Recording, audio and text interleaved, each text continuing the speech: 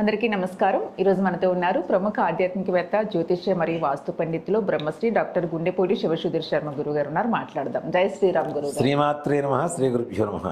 ఎలా ఉన్నారు? బాగున్నాను. మీరు ఎలా ఉన్నారు? బాగున్నాను. గురుగారు కలియుగ వెంకటేశ్వర స్వామి, కలియుగ దైవం. చాలాసార్లు తిరుపతి వెళ్ళారు, మళ్ళీ రేపు వెళ్ళబోతున్నారు. తిరుపతిలో చాలా మంది మన ఫాలోవర్స్ ఉన్నారు, అంటే మనల్ని ఇష్టపడే వాళ్ళు, మీ రెమెడీస్ కానీ అన్ని ఫాలో అయ్యే వాళ్ళు చాలా మంది ఉన్నారు. ఈ మధ్య మీరు చాలా బిజీగా ఉండడం వల్ల, కొంచెం హెల్త్ రిలేటెడ్ ఇష్యూ రావడం వల్ల చాలా మంది అపాయింట్మెంట్స్ కూడా మనం ఆపేసాం గురుగారు. అసలు ఇవ్వట్లేదు ఎవరికి కానీ, ఫోన్ కాల్ కానీ డైరెక్ట్ కానీ ఎంత రిక్వెస్ట్ చేస్తున్నా పాపం కుదరక ఇవ్వట్లేదు. ఎలాగే మీరు తిరుపతి వెళ్తున్నారు కాబట్టి తిరుపతిలో మన వాళ్ళు చాలా మంది అడుగున్నారు, కొంచెం వాళ్ళకి ఒక 1 డే టైం ఇవ్వగలిగితే. తప్పనిసరిగా నాన్న. ఇప్పుడు మనం ఉగాది 19వ తారీఖు అవుతుంది, 21వ తారీఖు నేను బయలుదేరుతున్నా తిరుపతికి. శనివారం అయింది. సో 22nd సండే అవుతుంది కాబట్టి నిజంగా ఒక మాట చెప్పాలంటే తిరుపతి జనాలు చాలా ప్రేమ మూడుతున్నారు, లవబుల్ పర్సన్స్. అవును, వాళ్ళ ప్రేమ తట్టుకోలేము నిజం. ఇక్కడ చాలా మంది ఉన్నారు మన ఫాలోవర్స్, వాళ్ళు మన ఫ్యామిలీ ఫాలోవర్స్ అని కూడా. ఫాలోవర్స్ మనవాళ్ళు, మన ఇంట్లో వాళ్ళే. అయితే ఎట్లా ఉంటారంటే వచ్చే ప్రతి ఒక్కటి స్వీట్స్, పూలు, పండ్లు, అసలు ఆ రోజు కార్లో పెట్టుకోవడానికి సరిపోయేంత ఇది ఉన్నాయి లగేజ్. వాళ్ళ ప్రేమ కూడా ఎట్లా అంటే కొంతమంది కూర్చోండమ్మా, కుర్చీ కూర్చొని వద్దయ్య కిందే కూర్చునే వాళ్ళు కొంతమంది ఉంటారు. అంటే ఆ ప్రేమ, ఆ భక్తి, గౌరవం అనేది చాలా నిండుగా ఉంటుంది నాన్న. చాలా ప్రేమ మూర్తులుంటారు. 22nd నాన్న సండే ఇక్కడ నెల్లూరు, కడప, చిత్తూరు, దాదాపు మన తిరుపతి, మదనపల్లి, ఇక్కడ ఎక్కువ మన వాళ్ళు ఉన్నారు. అంటే మన కుటుంబీకులు కాల్స్ కూడా అక్కడి నుంచి వస్తాయి. మన కుటుంబ సభ్యులందరూ ఇక్కడే ఎక్కువగా. ఇటువైపు చూసుకుంటే మన రాయలసీమలో చూసుకుంటే ఈ జిల్లా నుంచి ఎక్కువ మదనపల్లి ఒకటి, శ్రీకాళహస్తి ఒకటి, ఇక్కడ నుంచి ఎక్కువ మంది ఉన్నారు. కాబట్టి మనం తిరుపతిలో కింద 22వ తారీఖు ఆదివారం రోజున తప్పనిసరిగా అందరికీ అందుబాటులో ఉండే అవకాశం చూస్తాను నేను. అంటే ఆ స్థలం ఎక్కడ, హోటల్ ఎక్కడ దిగుతాం ఏంటి అనేది కూడా తొందరలో మనం వెల్లడిద్దాము. కాకపోతే ఏంటంటే లిమిటెడ్ మెంబర్స్, మనం ఎక్కువ మంది పెట్టుకోలేము కూడా. ఎందుకంటే మళ్ళీ నాకు తొందరలో శ్రీరామనవమి ఉంటుంది, 27వ తారీఖు శ్రీరామనవమి. దానికి మళ్ళీ ఓ 3 రోజుల ముందు నుంచి మన కార్యక్రమాలు ఉంటాయి. దానికి 2 రోజుల ముందు నుంచి కనీసం ప్రిపరేషన్ ఉండాలి కదా. 27 అంటే కనీసం 23 నేను హైదరాబాద్లో ఉండేట్టుగా ఉండాలి. కాబట్టి 22 పొద్దున 9 గంటల నుంచి సాయంత్రం 5:30, 6 గంటల వరకు ఎంతమంది ఉన్నా సరే ఆ రోజు మనల్ని సంప్రదించడానికి అవకాశం ఉంటుంది. ఎలాంటి సమస్య ఉన్నా సరే, జాతకం కావచ్చు, వాళ్ళకు ఉండేటువంటి, అంటే ఇక్కడ కొంతమందికి జాతకం డేట్ ఆఫ్ బర్త్ ఉండి లేకపోయినా సరే దాన్ని బట్టి మనం చెప్పగలిగే పరిస్థితి ఉంది. కాబట్టి ఇంకోటి కూడా చెప్తున్నాను, వాళ్ళ ఇళ్లల్లో ఏదైనా సమస్యలు ఉన్నా, ఇంట్లో ఉండేటువంటి మట్టి ఉంటుంది కదా, చిమ్మటం అంటాం, లేదంటే వాళ్ళు జాడు కొట్టడం అంటారు, లేదంటే పొరకబెట్టి చిమ్మటం, ఊడ్చడం అంటారు. ఏదైనా సరే మట్టి కొద్దిగా తీసుకొని రండి. మీకు ఉండేటువంటి సమస్య ఏదైతే ఉంటుందో ఆ మట్టిని బట్టి కూడా చూసి చెప్పొచ్చు మనం. ఇంట్లో ఉండేటువంటి సమస్యలు, వీళ్ళ ఒంట్లో ఉండేటువంటి సమస్యలు కూడా ఇల్లు తెలియజేస్తుంది, ఇంట్లో ఉండేటువంటి మట్టి తెలియజేస్తుంది తప్పనిసరిగా. ఎట్లా అంటే మనం స్ప్రే చేసుకుంటాం నాన్న, షర్ట్ వేసుకుంటాం, ఆ షర్ట్ కూడా స్ప్రే అంటుకుంటుందా అనుకుందాం. అట్లానే మనకు ఉండేటువంటి కర్మ పాజిటివ్ ఆర్ నెగిటివ్ రెండు కూడాను ఆ ఇంట్లో ఉండేటువంటి ప్రతి వస్తువుకి, మన పాదధూళికి, మట్టికి, ప్రతి దానికి అంటుకునే ఉంటాయి. అందుకనే మీకు చూడండి, కొంతమంది దేవుడి పూజలకి ప్రసాదాలు వండడానికి వేరే గిన్నెలు పక్కన పెడతారు, వెజ్ గిన్నెలు కొన్ని పక్కన పెడతారు వాళ్ళు వండుకొని తింటానికి, నాన్ వెజ్కి గిన్నెలు పక్కన పెడతారు. అంటే దాని అర్థం ఏంటి? నాన్ వెజ్ వండిన దాంట్లో స్వామివారికి పెట్టకూడదు అనేగా. అంటే దాంట్లో దానికి సంబంధించినటువంటి దాఖలాలు ఉంటాయనేగా.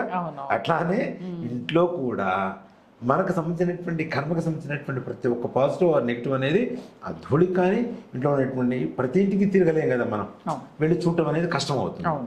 కాబట్టి వాళ్ళు అక్కడికి తీసుకొని వస్తే దాని ద్వారా కూడా వాళ్ళకు ఉండేటువంటి సమస్యలు ఆ భూమిలో ఉన్నాయా, ఇంట్లో ఉన్నాయా, వీళ్ళ ఒంట్లో ఉన్నాయా, వీళ్ళ కర్మలో ఉన్నాయా ఏంటనేది దాన్ని బట్టి కూడా ఈజీగా చెప్పుకోవచ్చు. దాని తగ్గ పరిహారాలు ఏదైతే ఉంటాయో తప్పనిసరిగా నేను ఒకటి మాత్రం చెప్తా, 100%. ఎవరికి ఏ పరిహారం చెప్పినా చెప్పకపోయినా గోకర్ణ చెప్తా, ఇది మాత్రం తప్పనిసరి. దేనికంటే నా దగ్గరికి పరమేశ్వరుడు నాకు కుటుంబ సభ్యుడిని, కొత్త వాళ్ళని పరిచయం చేస్తున్నారు అంటే వాడి కర్మ తీర్చుడా అని చెప్పి పరమేశ్వరుడు మనకు సంకల్పం చేసి వాళ్ళని మన దగ్గర చేరుస్తున్నాడు అనేది మాత్రం సంపూర్ణంగా నమ్ముతాను.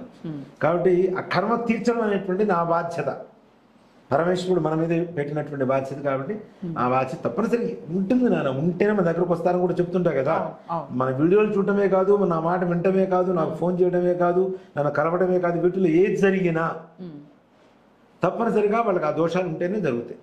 కాబట్టి అంటే అదొక్కటనే కాదు, వేరే ఏదైనా సరే వాళ్ళకు ఉండేటువంటి సమస్యను బట్టి తప్పనిసరిగా పరిష్కారం అనేటువంటి తప్పనిసరిగా చూపించడం జరుగుతుంది. తప్పనిసరిగా కలవాలనుకునేటువంటి వాళ్ళు 8143666818 నెంబర్కి ఫోన్ చేయండి. మీ వివరాలు నమోదు చేసుకోండి. అతి తక్కువ మందికి ఇంకోటి కూడా చెప్తున్నాను, ఒక కుటుంబంలో ఎంతమందికి జాతకాలు చూపించుకోవాలో అది కూడా ముందుగానే నమోదు చేసుకోండి. అక్కడికి వచ్చిన తర్వాత మీరు నమోదు చేసుకున్నామండి 5గురు ఉన్నామండి అని చెప్పాలి అంటే మిగిలిన వాళ్ళందరినీ వెయిట్ చేయించడం కరెక్ట్ కాదు. లాస్ట్ మనకి విజయవాడలో అదే ప్రాబ్లం, చాలా ప్రాబ్లం, చాలా టైం వెయిట్. సో కాబట్టి అలా కాకుండా ఒక వ్యక్తి ఇప్పుడు మనం ఒక 30 మందికి చెప్పాలనుకుంటాను అన్న, ఒక కుటుంబంలో 5గురు ఉన్నారు, ఇంకో కుటుంబంలో 4 వచ్చారు, 9 మంది అయిపోయింది. మిగిలిన 21 మందికి మాత్రమే ఇస్తాం.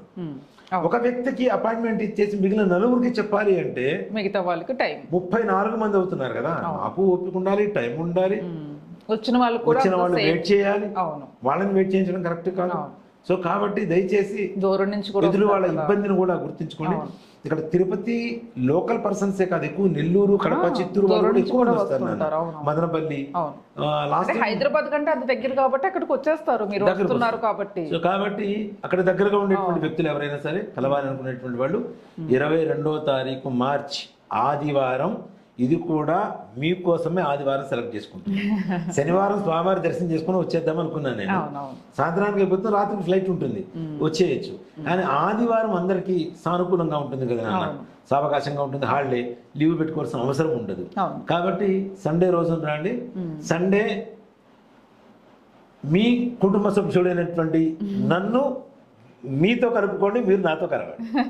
అపాయింట్మెంట్ మినిమం ఛార్జెస్ ఉంటాయి కదా గురుగారు? తప్పనిసరిగా. కొంతమంది డైరెక్ట్ గా ఫ్రీనా అని అడుగుతున్నారు. చెప్తాను అన్న, అక్కడ అమ్మా ఇంకొక మాత్రం చెప్తాను, నేను సంపాదించుకునేటువంటి ప్రతి పైసా దేనికి ఖర్చు పెడుతున్నాను, అతి త్వరలో మీ కళ్ళ ముందు ఒక అద్భుతం ఆవిష్కరింపబడుతుంది. దాంట్లో ఏమాత్రం కూడా అనుమానం లేదు. నేను తింటానుకో, నేను సంపాదించుకోవడానికో, నేను ఓడబోసుకోవడానికో నాకు ఏ రకమైనటువంటి ఆతృత, ఆశ లేదు. నా జీవితాశయం మీ అందరికీ తెలుసు, దేవాలయ నిర్మాణం పూర్తి కావాలి, అమ్మవారు ప్రతిష్ట కావాలి, త్రిమూర్తులు అమ్మవారి త్రిశక్తి పీఠం పూర్తి కావాలి, అద్భుతంగా రావాలి దేవాలయం. దానికోసమే, లేకపోతే ఇంత కష్టపడాల్సిన అవసరం లేదు కదా నాన్న. ఇప్పుడు నాకు నా కుటుంబం కోసం అయితే పొద్దున్న నుంచి సాయంత్రం వరకు కష్టపడాల్సిన అవసరం లేదుగా. నిన్న రాత్రి గ్రహణం పూజలు జరిగినాయి, ఇంటికి వచ్చేసరికి 11:30, 12 భోజనం చేసి పడుకునేసరికి 1 గంట. పొద్దున్న లేచా గుడికి వెళ్ళాను, గుడిలో నుంచి సెక్రటేరియట్ లో వేరే పని ఉంటే అక్కడికి వెళ్ళి చూసుకొని వచ్చేసాను. రాగానే మళ్ళీ ఇక్కడ కూర్చొని మళ్ళీ మనం వీడియోలు చేస్తున్నాగా. రేపు పొద్దున మళ్ళీ నా మేనల్లుడు, నేను సాయంత్రం కూడా వీడియోలు చేశాను, నేను మధ్యాహ్నం కూడా. అవునా? మళ్ళీ రేపు పొద్దున నా మేనల్లుడు ఉపనయనం ఉంది, రేపు టెంపుల్ స్లాబ్ ఉంది.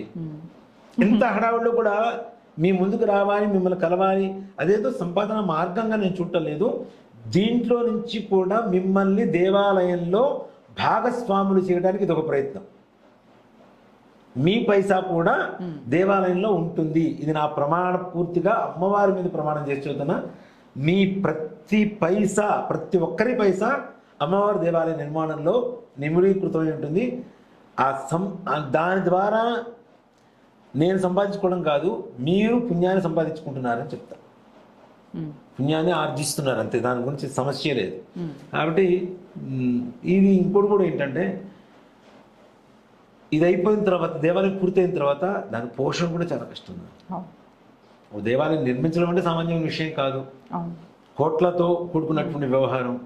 దాని పోషణ అంతకంటే ఎక్కువ ఉంటుంది.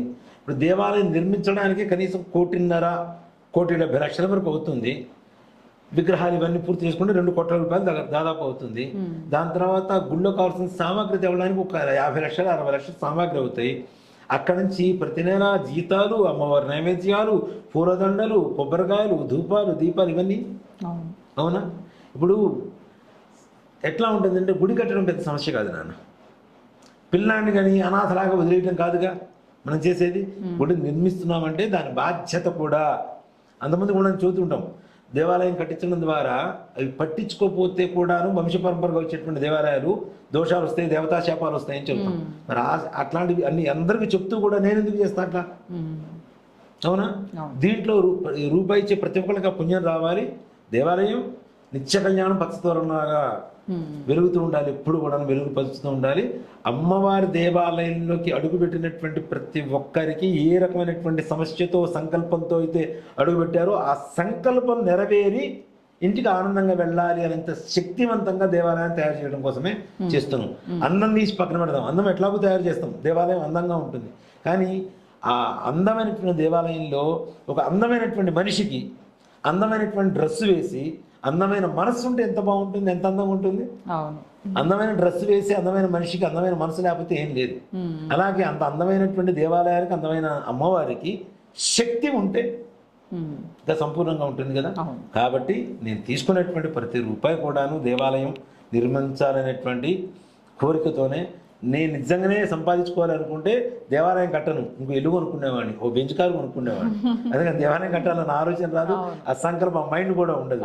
నా మైండ్ అంతా ఏంటంటే అమ్మవారు దేవాలయం కట్టాలి, మనకు జన్మ ఇచ్చింది అమ్మ, మా అమ్మగారు నాకు జన్మనిచ్చింది, అమ్మవారు దేవాలయం కట్టమని జన్మనిచ్చింది. కాబట్టి ఆ సంకల్పం నెరవేరటం కోసమే ఇదంతా కూడా చేస్తున్నాం. కాబట్టి మీరు ఈ విధంగా నన్ను కలుస్తున్నా దాంట్లో మీరు ఒక భాగస్వాములు అవుతున్నట్టే లెక్క. తప్పకుండా గురుగురు, నిజంగా చాలా రోజులు బట్టి వెయిట్ చేస్తున్నారు. ఇంకా వేరే విజయవాడ, వైజాగ్ చాలా మంది కాల్ చేస్తున్నారు. అది రెగ్యులర్ గా ఒక ఊర్లో విజయవాడ, గుంటూరు, గుంటూరు విడివిడిగా అక్కర్లా, రెండు పక్క పక్కనే ఉంటాయి కాబట్టి సరిపోతాయి. మన వాళ్ళందరూ లేదండి ఇప్పుడు అపాయింట్మెంట్స్ ఇవ్వట్లేదంటే ఎప్పుడు ఇస్తారో అప్పుడే వెయిట్ చేస్తామని ఉన్న వాళ్ళు కూడా చాలా మంది ఉన్నారు. వాళ్ళ ప్రేమ పాపం అప్పుడప్పుడు మళ్ళీ గుర్తు చేస్తూనే ఉన్నారు ఫోన్ చేస్తే, నేను అసలు మీరు ఇవ్వద్దు అన్నారని నేను ఎవరికీ ఇవ్వట్లేదు అసలు, కానీ అందరూ అడుగుతున్నారు. తప్పనిసరిగా కొంచెం టైం చూసుకొని ప్రతి నెల ఒక్కో ఊర్లో తప్పనిసరిగా మరలా పునఃప్రారంభం చేద్దాం. రీయాక్టివేట్ అయ్యాం. అమ్మవారి దేవాలయం కూడా ఇంకా తొందరగా పూర్తి కావాలి. ఇక్కడ నాకు ఎవరైనా ధన వస్తు రూపేణ అమ్మవారి దేవాలయానికి నిర్మాణానికి నిర్వహణకి ఎవరైనా సహకరించేటువంటి వాళ్ళు ఉన్నా కూడా తప్పనిసరిగా కలిసి ఆ రోజున అమ్మవారి విరాళం ఇచ్చిన వెంటనే మీకు రసీదు బుక్ కూడా తీసుకుని వెళ్తాం. వెంటనే వాళ్ళకి రసీదు ఏ రూపంలో అయినా ఇవ్వచ్చు, ఏ రూపంలో అయినా ఎవరికి ఎంత అవకాశం ఉంటే అంత ఇవ్వచ్చు, ఒక భాగం అవ్వచ్చు అంతే, దాంట్లో అనుమానమే లేదు. నమస్తే. శ్రీమాత్రే నమః. శ్రీ గురుభ్యో నమః.